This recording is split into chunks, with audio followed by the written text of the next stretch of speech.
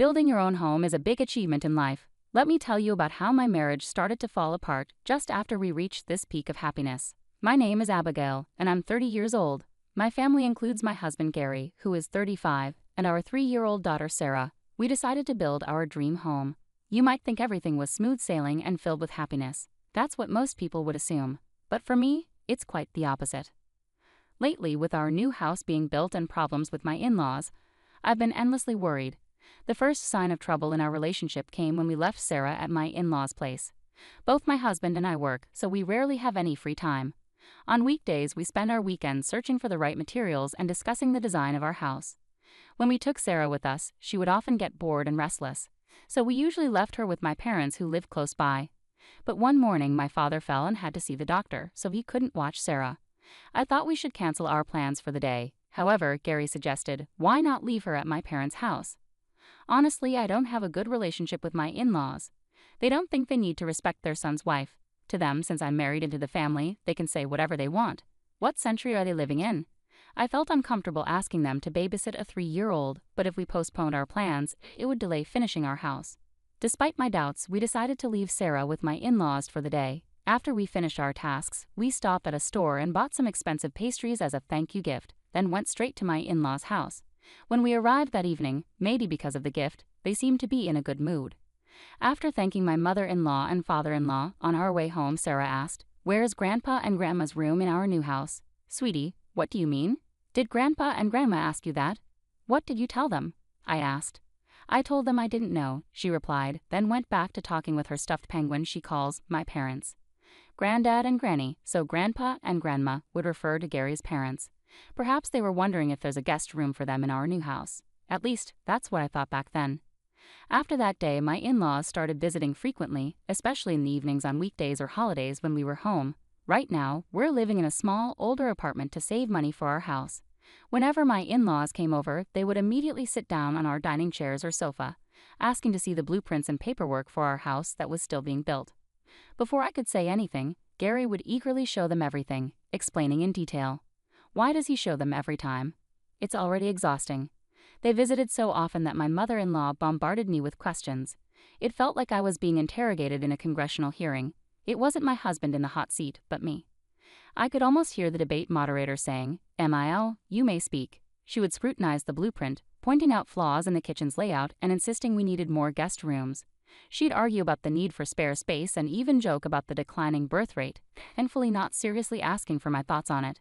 Then it was my turn to respond. "Ms. Abigail, I'd say based on our discussions with my husband and the construction plans we've already set in motion, it's too late to change the layout."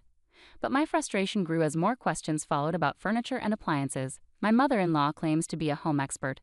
I've visited many friends' homes and seen different room setups.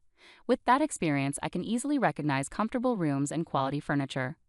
"This house and these rooms don't feel right, they have bad vibes, so things won't go smoothly," she declared with expert emphasis. It was a bit much, considering she's just my mother-in-law. She was so irritating that I jokingly suggested, "What if we turn it into a multi-generational home and split the costs 50-50ths? But my in-laws didn't find it funny. "Are you asking us for money, you ungrateful child? A multi-generational home? I hate the idea of living so formally and reserved." That day they left early. Good riddance. You're not my real parents, and I don't owe you any respect. Instead of parents, they're more like guardians.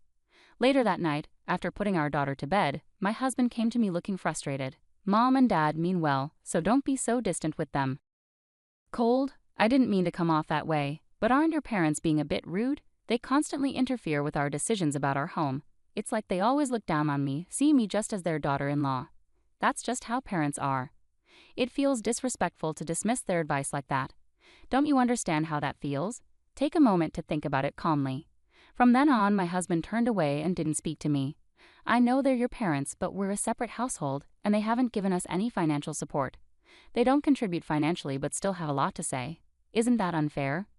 My husband told me to calm down, but instead of cooling off, I was boiling with anger over the injustice, which made it hard to sleep. After some ups and downs, our house was finally finished. Just as our family was happily moving in, something unexpected happened. My parents are moving in with us starting today. Dad can take the bigger room upstairs and Mom will be fine in the smaller one. Wait a minute. Hold on. Where is this coming from? We agreed that one of the upstairs rooms would be for Sarah. I never heard anything about this. Plus, what if your parents decide they don't like the rooms? They might not say anything, but they've already seen them. Your parents checked out the rooms the day before we did. Wait, they saw the house before us? Yeah, they wanted to see it, so I gave them my key. It's not a big deal, my husband replied, clearly annoyed as he returned to working on the half-done TV cables. Not a big deal? Well, it is now. It's become a really big deal. I didn't want to see my husband's face, so I left the kitchen where I was packing and went upstairs. I locked myself in the room, trying to clear my head amidst the mix of anger and confusion. Thankfully, I had already dropped Sarah off at daycare, giving me some space and time to think amidst all the unpacking. The sudden news about living with my in-laws made me completely fed up with both my husband and his parents. I didn't want to spend another moment with them, but we had just invested significantly in this house. I needed to calm down and think rationally. I had to figure out what needed to be said and what didn't for the sake of my daughter and myself. I stayed in my room, deep in thought, waiting for my in-laws to arrive as my husband had mentioned they would be coming in the afternoon with a truck full of their belongings. You could at least greet us. Honestly, such rude people. Oh my, nothing's unpacked yet? You're so slow. I overheard my in-laws complain as they made themselves at home downstairs. I decided to go downstairs and face them at the entrance. Excuse me, but I wasn't informed about this living arrangement, I said, my voice unexpectedly cold. My father-in-law appeared annoyed and shot back, I told Gary, that should be enough. No, it's not. This morning was the first I heard about your plan to move in from Gary. I have no intention of living with you, especially after such disrespect. What? Gary agreed to it. You think you can defy your husband like that? Such a presumptuous daughter-in-law. If you don't like it, maybe you should leave. This is hopeless. We've always struggled to communicate properly with them. As I pondered my next words, my husband rushed over. What's going on, Abigail? Why are you arguing with my parents? This isn't just an argument. I'm being criticized simply for being your daughter-in-law, and now you're blaming me too. I realized once again Gary was just like his father, like son. Gary, I can't possibly live with your parents. Why not? You're making this difficult for me. As your wife, I'm an individual person. You can't force me to obey. Upon hearing our exchange, Gary's father exclaimed, We don't need such a daughter-in-law in our home. Then Gary agreed, maybe you're right. If she can't respect my parents, maybe we should divorce. I had been waiting for this. All right, let's get a divorce then, I stated clearly. My husband was the one who asked for divorce, and I, the wife, just agreed to what he wanted. With hope that my phone in my pocket would record our entire conversation properly, I continued, Since we'll be strangers now, please pay me back the $350,000 I loaned you for this house's construction. His parents gasped in shock, looking completely baffled. Gary's face turned pale as he stared at me. I calmly clarified to his stunned parents, there seems to be some confusion. Gary didn't contribute a single cent to buying this house. I used my savings because he didn't have any savings.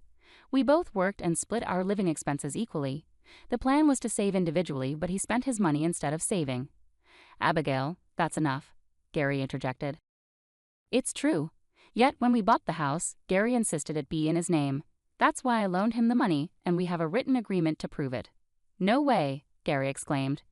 Ignoring their disbelief, I quickly packed essentials, my daughter's toys and clothes, into suitcases and duffel bags. I held her favorite stuffed penguin close. Loading everything into my compact car, I drove away, saying goodbye to the house we had briefly called home. After picking up my daughter from daycare, we headed to my parents' home in Nebraska. My parents, dressed casually, were surprised to see me arrive with so much luggage. This is sudden, and I know it might be inconvenient. If it's too much trouble, I can stay at a motel, I offered hesitantly. They quickly assured me it was fine. Later, I found out they had been worried I might harm my daughter or myself, though I had sworn to protect her no matter what. I shared the whole story with them, explaining my decision to divorce Gary and my determination to raise our daughter alone. They promised full support and suggested I stay with them for a while, which was a great relief. Since I was working that night, I documented everything that had happened between Gary, his parents, and me. I saved voice recordings of our conversations on my computer and external drive. Armed with this evidence, I visited several law firms on my days off until I found a trustworthy lawyer and officially hired them.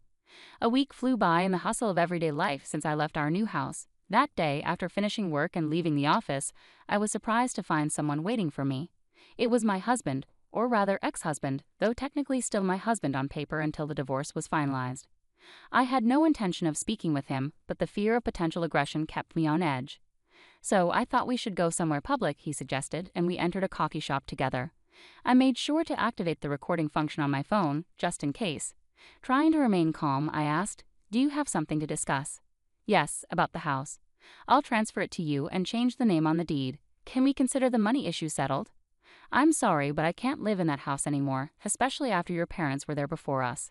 "Why worry about such details?" "It's not a small thing for me, so the answer is no," I said firmly, taking a sip of my coffee as I observed my ex-husband closely. His hair was messy, sticking out in places, and he had some stubble on his chin. Despite wearing a suit, his shirt was wrinkled, as if it hadn't been ironed or cleaned properly. I wondered about the kind of life he was leading, but he looked worn out. "Please, Abigail, I can't repay such a large sum of money that easily." "You knew it was a significant amount when you borrowed it, didn't you?" "I suggested we put both our names on the house, or even just mine, but you insisted it be in your name, claiming it was my house." "I thought I was the homeowner. I never really intended to get a divorce. I thought you knew I was just bluffing."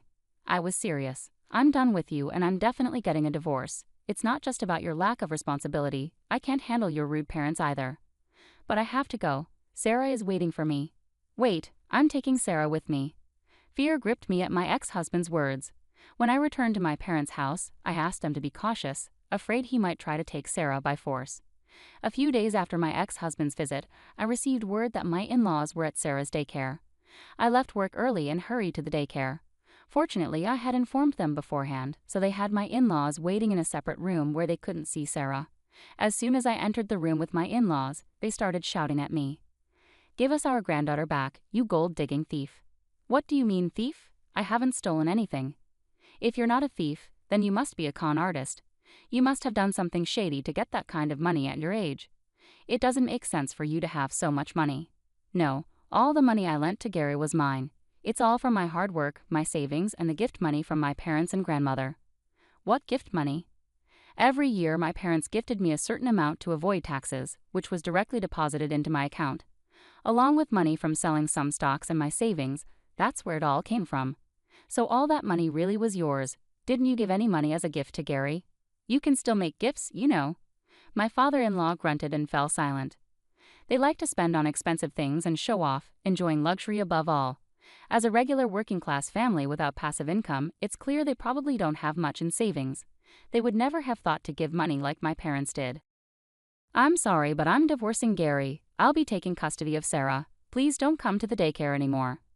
With that, I quickly got Sarah into the car and drove straight to my parents' home. Despite my warnings, Gary and my in-laws continued to show up several times after that. Each time, I tried to stay calm and send them away. However, they often grabbed my arm or shouted hurtful things at me. After I left our new home, I meticulously recorded everything on my phone. About a month later, I sent a letter through my lawyer demanding repayment of debts and a divorce agreement. My ex-husband agreed in principle, but he contested custody of Sarah. However, when I mentioned alimony, his demeanor changed drastically. He looked pale and became much quieter. Armed with ample evidence against him and knowing he had no savings, I pursued my case diligently. It took some time, but I eventually won custody of Sarah, reclaimed the money I had loaned to my ex-husband, and finalized the divorce. Retrieving all the debt repayments from him took longer than expected, mainly because the sale of our new house encountered difficulties initially. I had fought against Gary and his parents moving into the new house, but they couldn't afford the $350,000.